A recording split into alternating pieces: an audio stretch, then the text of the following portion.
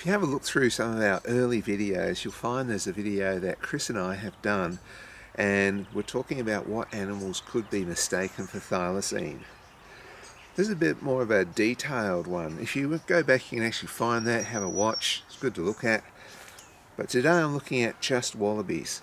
How can a wallaby be mistaken for a Tasmanian tiger?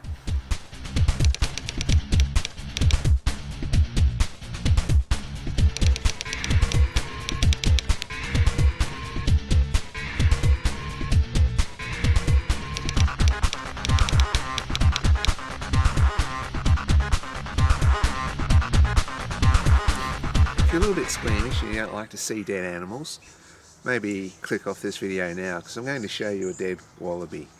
Here in Tasmania, the paddymellon is probably the most successful macropod, and you see it everywhere on the roads.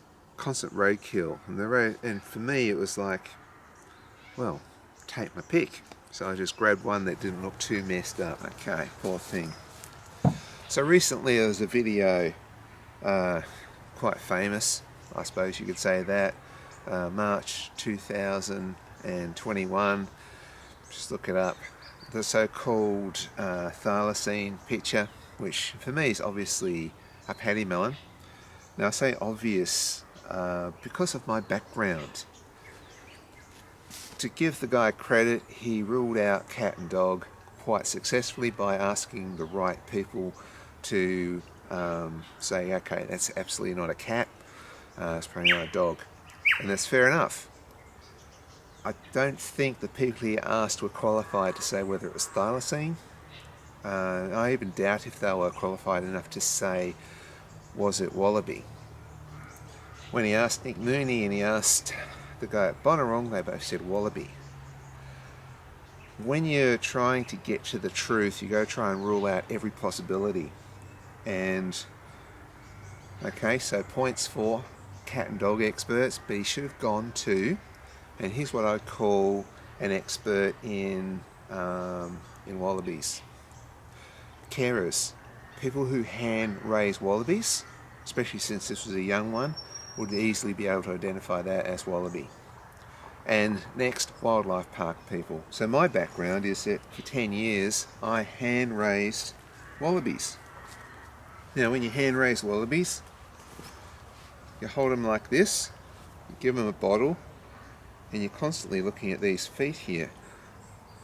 So you get very familiar with wallabies just by hand raising.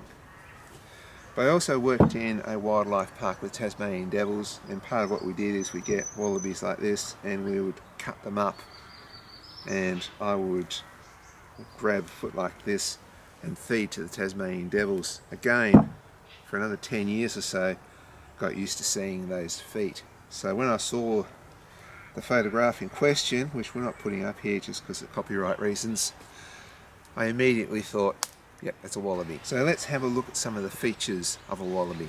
So one of the things you notice is this beautiful fur here. Now, at first glance you sort of think, oh, it's kind of grey, but when you really look at it, it's got this very nice rusty tinge to it. Now that, coupled with the idea that morning sun gives a bit of a golden glow on things, that would give you a very tan look. So as you can see, it is a really nice fur. It's quite a range of colour just in the fur itself. Gorgeous thing. Next we're looking at this foot here.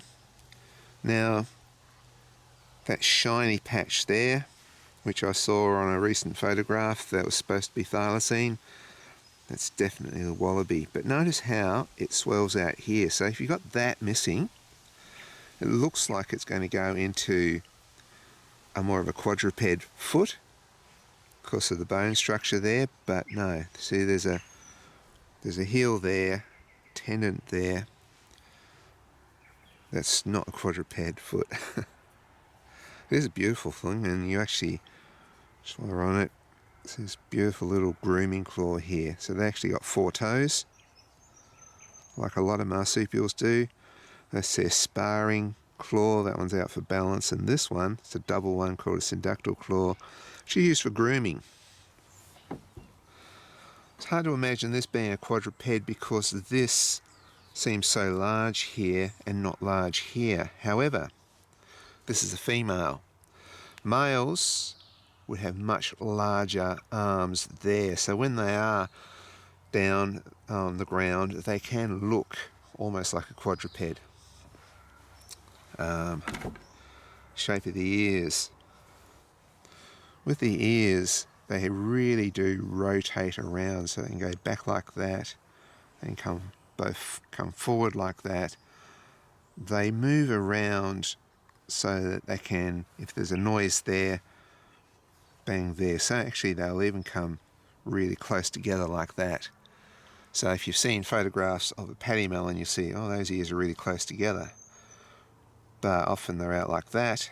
They can be back like that. They can look rounded, or they can look on the angle.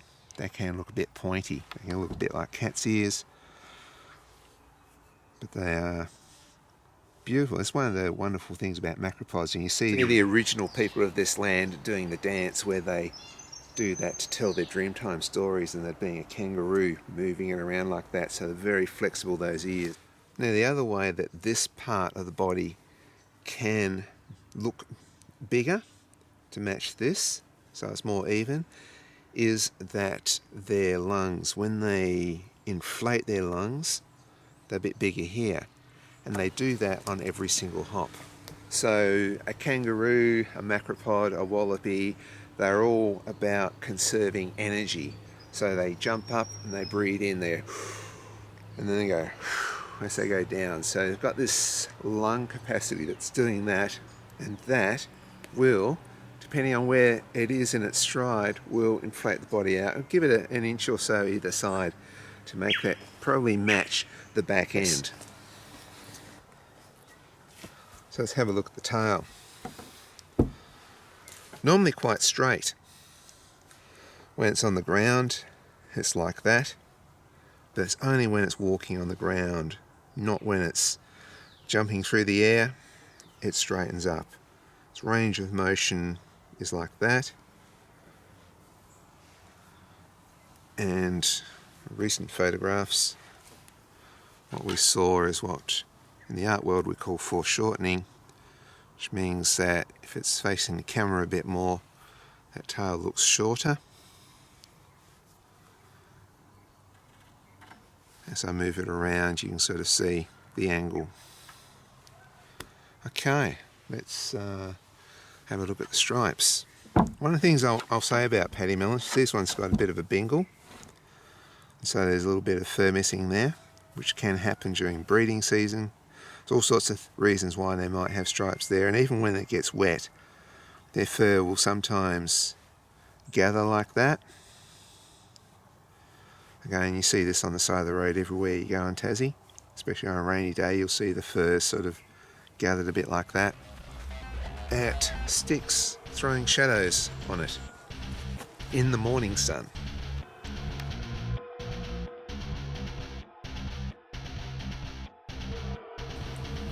So I don't make this kind of video just to ruin everybody's fun. I want thylacine to be there more than anybody. But what I also want to see is good, strong evidence for it. Now, there's lots of believers, and you can have an army of believers. That's not going to resurrect this animal. The animal's there or it's not. And whether we debate upon it on the internet, you can have an army of disbelievers. When you're sitting at home on the keyboard or on your phone somewhere at the bus stop, you're nowhere near the Tasmanian environment. So there's a lot of so-called experts out there weighing in, wanting to one-up the other person in an argument. And the reality is they can do it till the cows come home, and it has no bearing whatsoever on whether the species is there or not. What it needs is habitat, it needs food, it needs the right environment. We do have it here in Tasmania, so there is a very slim chance that it could be out there. I think unlikely, because I haven't seen good evidence in the last 10 years. having said that, I really hope I'm wrong. I hope it's out there. I'll see you in the next video.